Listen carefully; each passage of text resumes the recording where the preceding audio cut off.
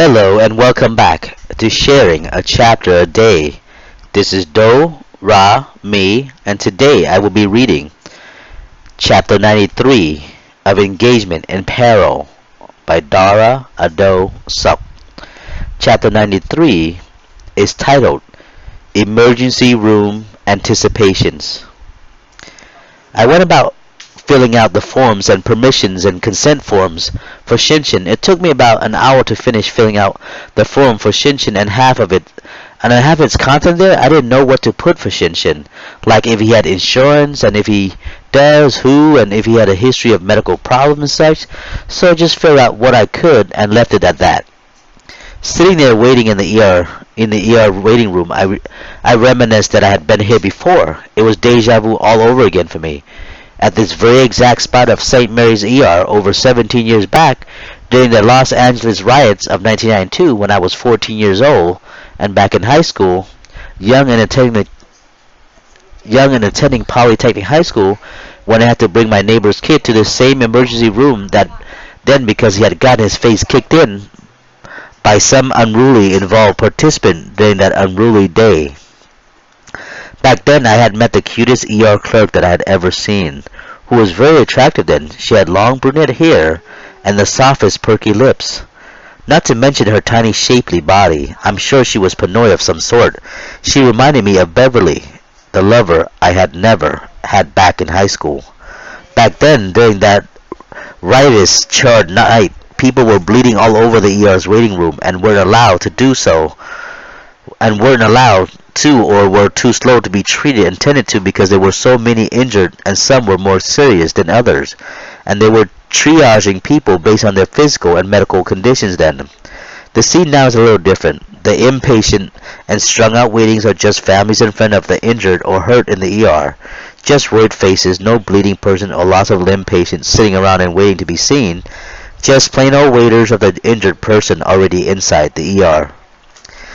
In the corner next to the automatic door and water cooler paced a man in his late 50s. Perhaps his wife, child, or a parent is injured, or maybe even a grandchild. He seemed bothered and eager to know what was going on behind those eerie closed doors.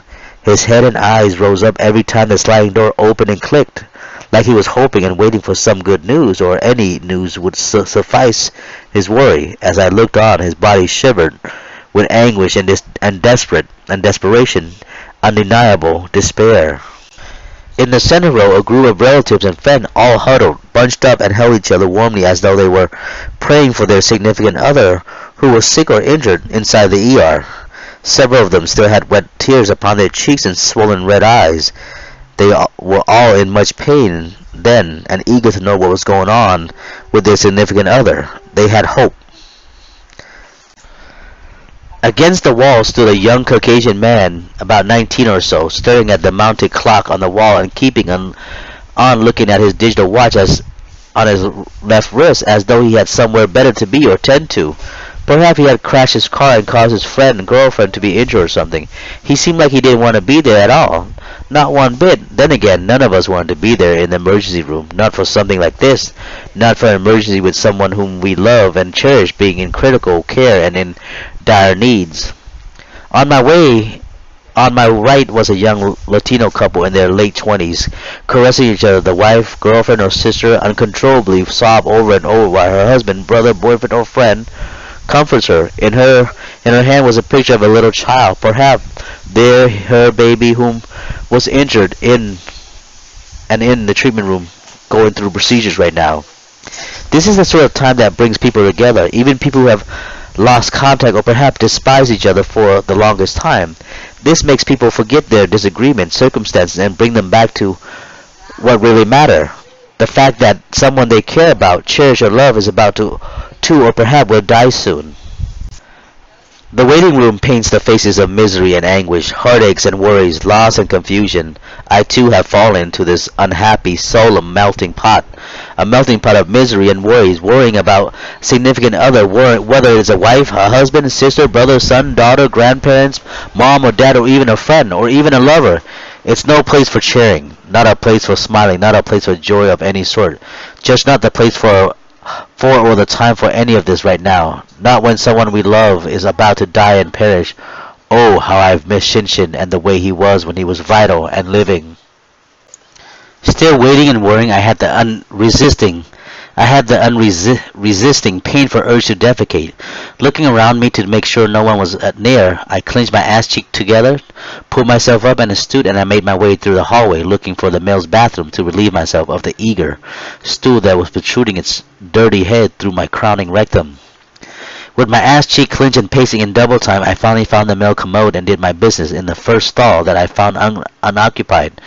Without thinking to wipe down the toilet seat cover or to place a sanitary paper jacket atop its lid to prevent infectious disease and man-made bugs, I went about to drop my khaki cargo trouser and jerk down my aqua blue snowman Joe boxer and went about dropping off my smooth load of marinated and churned feces into the blue water held by the porcelain bowl below. With a grinding of the teeth and tightening of my diaphragm, I squeezed out a good-sized turd which dropped sharply into the blue water of the toilet bowl. With the splash of the blue fluid flowing back at me and sticking to the back of my thighs and ass, I kept on pushing as much as I can, squirming and squeezing as much as I could. While shitting and accompanied with several farts and gases, I murmured to myself to keep me occupied, like I always do for as long as I could remember when I had problems shitting. Mom usually eased my struggle with those sounds when I was much younger and when I had difficult shitting then. After several minutes of doing the business and stinking up my stall area, I wiped off my stained-ass rectal area with a handful of 2-ply toilet paper and made my way toward the sink after putting back up my boxers and cargo trouser. I washed up with the dry, pasty pink sanitary soap and warm hot water and dried off with several brown bathroom paper towel. With the used paper towel grasped in my right hand, I pulled open the exit door, dropped the door, and tossed the towel toward a vanilla plastic trash can before the swinging door swayed back to shut itself behind me.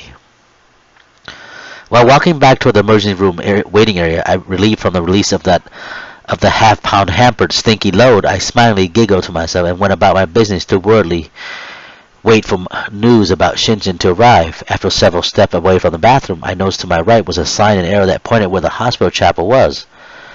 Not one to be quite religious or whatnot then, I stopped and stood there for a second or so and thought over whether I should pray for Shinshin. Will it help?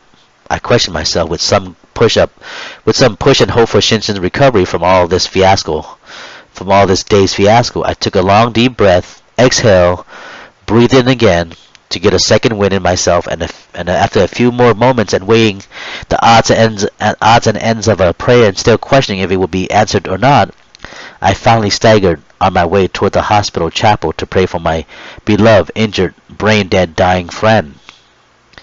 Once in the chapel, I wasn't sure what to do. There was no chaplain or anyone to assist me with my issues and concerns then. There were several people on their knees with Bibles in their hands against the back of a bench, praying such for their significant other and loved ones, so I just copied them.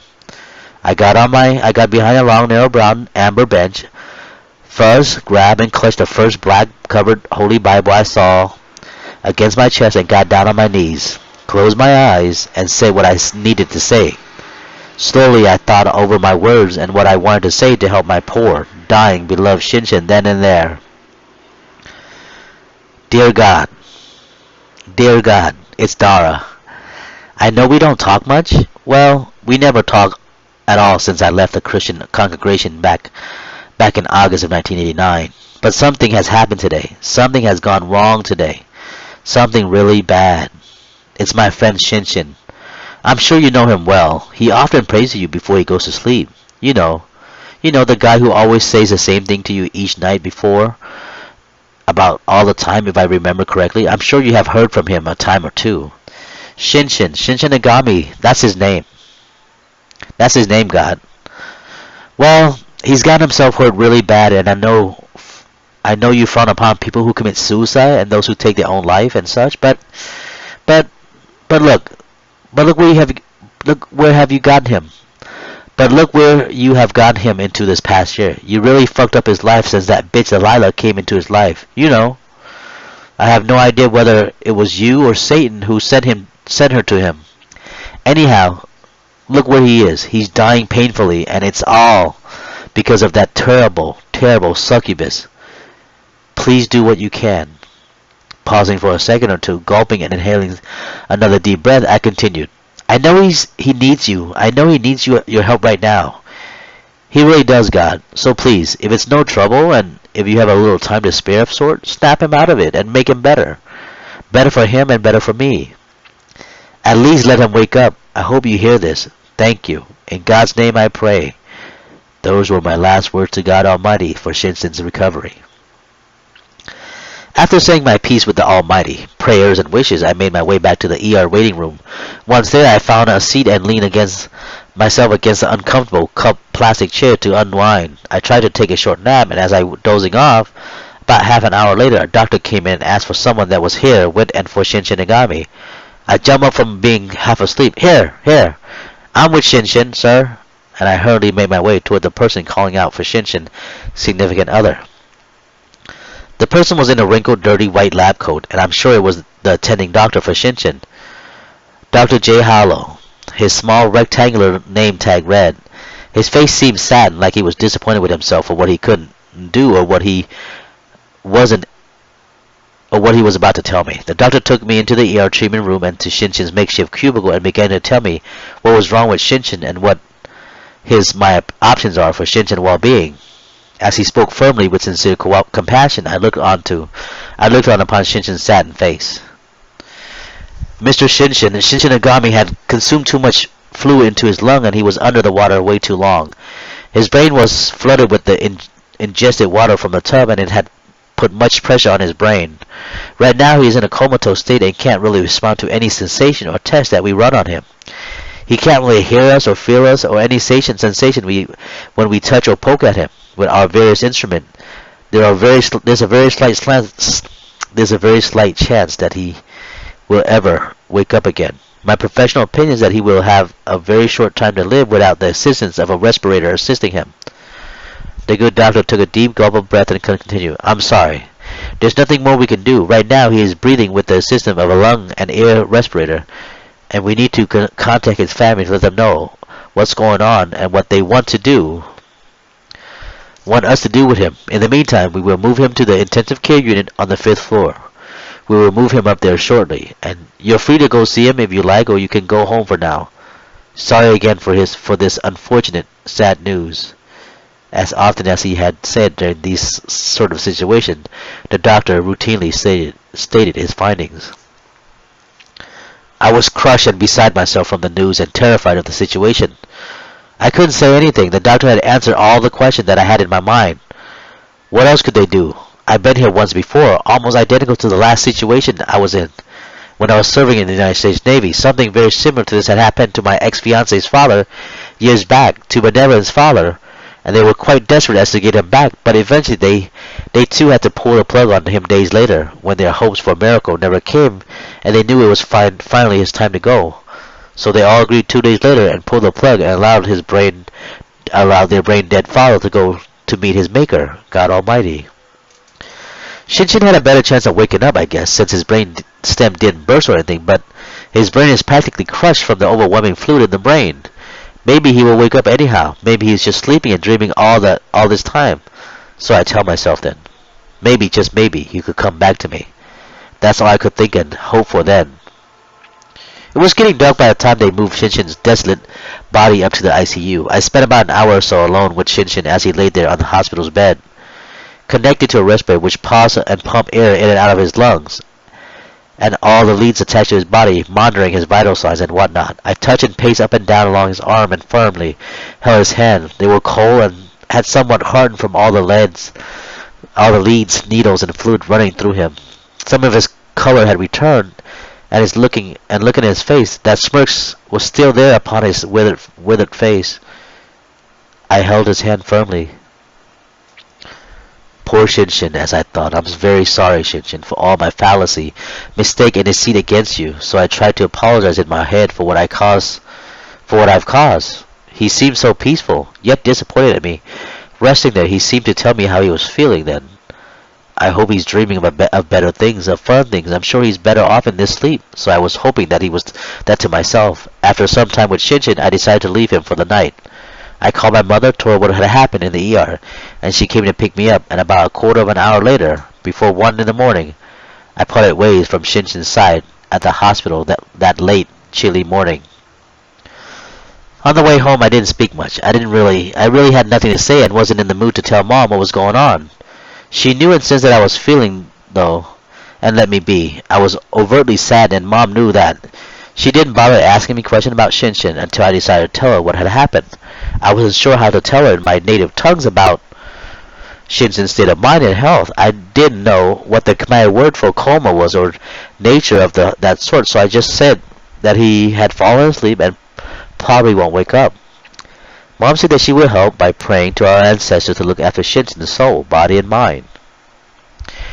We arrived at my mother's home several minutes later, and I ate the leftover that she had in her kitchen, some rice with dried fried shredded beef and vegetable. I didn't really bother with how it tasted or how it made my stomach feel. I was feeding my stomach and getting food down for the sake of it. The whole time munching down. My thoughts were still stuck on Shinshin's situation and well-being. After the meal, I washed the dishes that I had used while my mother told me what she had witnessed with the forensic team and how she cleaned up my apartment afterward. A few minutes later, I thanked my mom with a heavy hug and embrace, news to my mother, for I haven't shown this sort of gratitude in ages, and made my way back to my apartment down the street. I walked off alone in the dark, chill morning, minding my own mind and not bothering to pay attention to my pace or steps around my problematic neighborhood. Someone could have come up upon me, could have robbed or hassled me, and I wouldn't have given a damn then.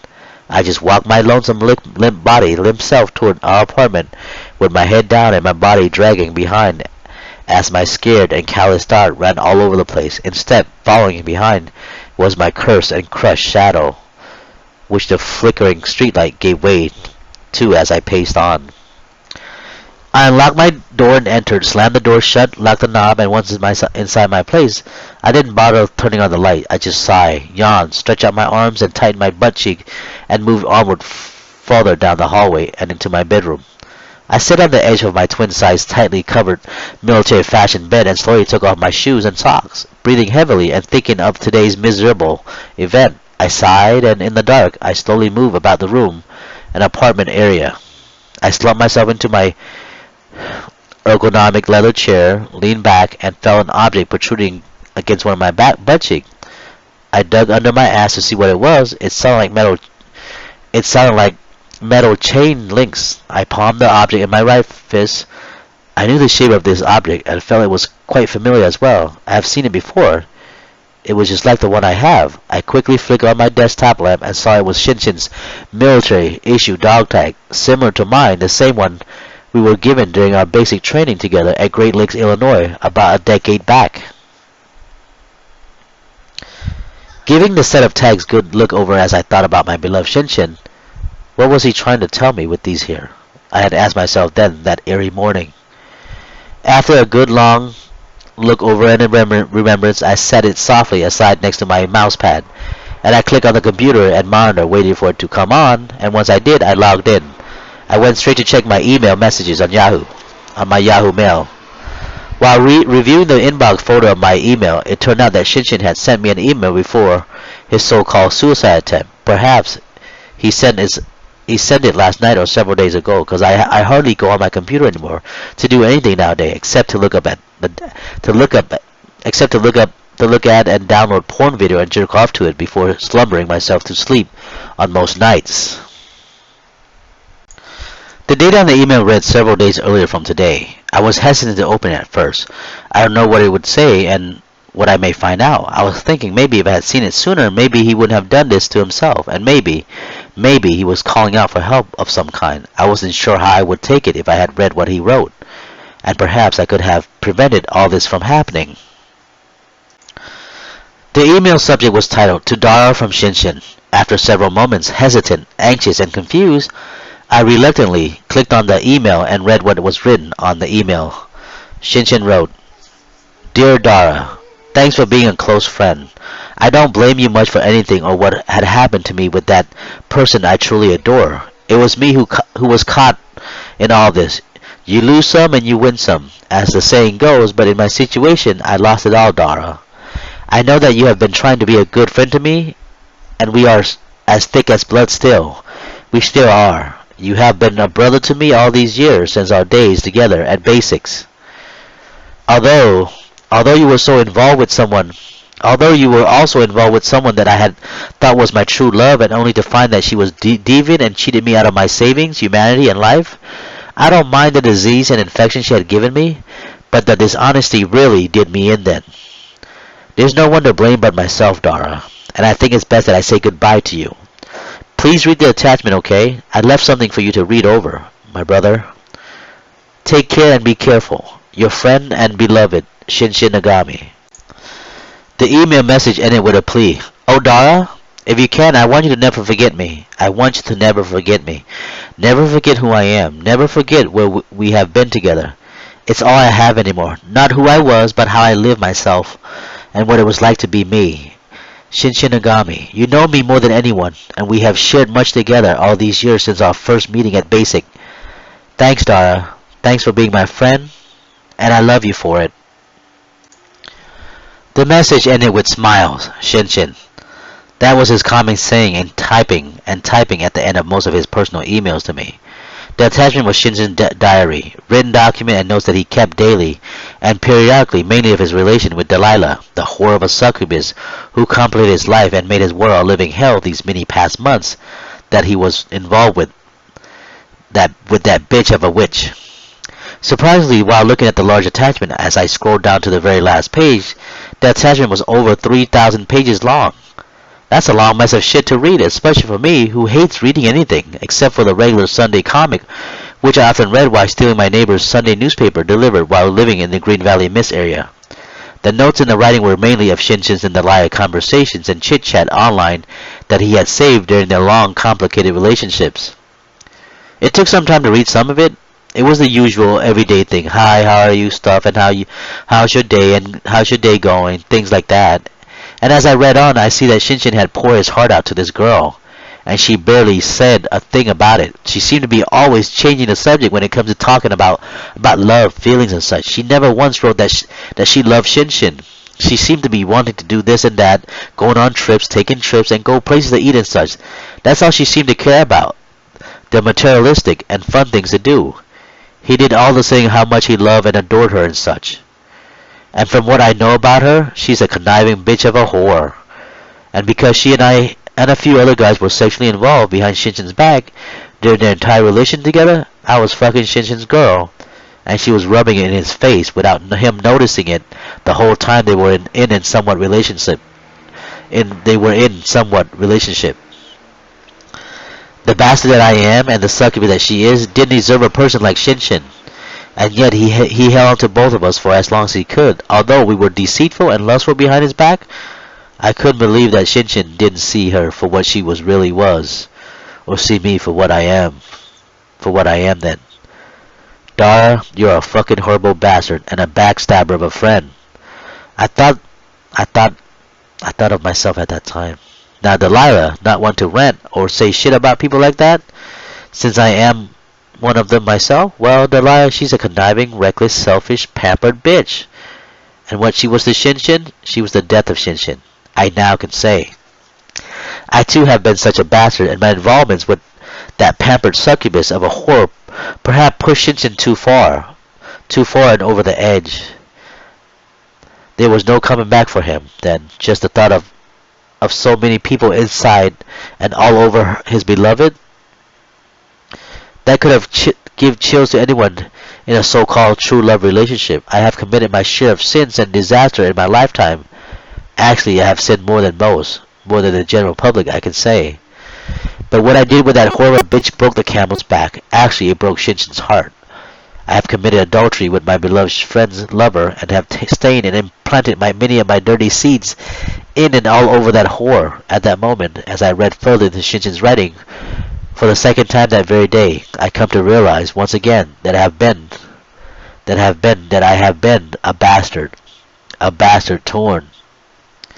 The next morning around 9, St. Mary ICU department called me on my cell phone and informed me that Shinshin had died from further complication while on the respirator, which was helping him to breathe. They said that his brain simply shut down and there was nothing they could do to stabilize him. They had pronounced him dead at 08:42 a.m. that morning. What can I do now? What can I do now to bring Shinshin back? There's nothing I can do. How could I live with myself? How could I go on without the comfort of Shinshin's around? They were some of the agonizing questions. Those were some of the agonizing questions that I had asked myself before. Then, about Shinshin's tragic death, all I could think of from all this horrendous fiasco as well, the only thing that I can do for Shinshin's sake is to rejoice. I shall rejoice in his spite of pain and anguish. Therefore, there would not be any sympathy or longing for something I can't change or bring back. I shall keep Shinshin's memory and experiences together in my heart and mind, and my relations with the Lord will help put those joy back in my aching heart once again. I would not be looking for joy or redemption. Those will come to me with faith and in communion. These joys of rejoicing will guide me through the sins and misdeeds that I've committed in my past, present, and future. Yet I still long for those days to be with Shinshin once again. I hope that my faith and trust will bring joy and contentment as I grow and learn from my past mistakes. I can say that you haven't learned much, Dara, from the death of your beloved friend Shinshin. You haven't bettered or changed your way of thinking or your way of having relations with the opposite sex. You are still promiscuous, sleeping around with anyone that would open their legs to you.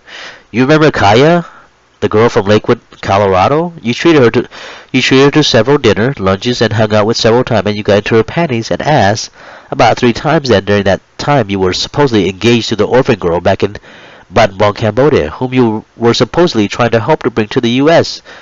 when you sponsored her as a fiancé. You remember, you son of a bitch. You haven't changed much at all. I can only laugh and tell you that you are definitely going to hell for this sort of sinful and shitty thing that you have still practiced to this day, Dara. You're going to hell. I know you have said that you have tried to better yourself, but you still get into those predicaments that get you to fuck slutty girls and have unprotected sex. You better watch out before it's too late, you son of a bitch. I'm warning you right now, Dara. You better watch out and be careful and take care of yourself. You hear me? You son of a bitch. Thank you for listening. This is the end of Chapter 93. Be on the lookout for Chapter 94, titled Court Order. This is Do, Ra, me, and I'll see you later. Thank you.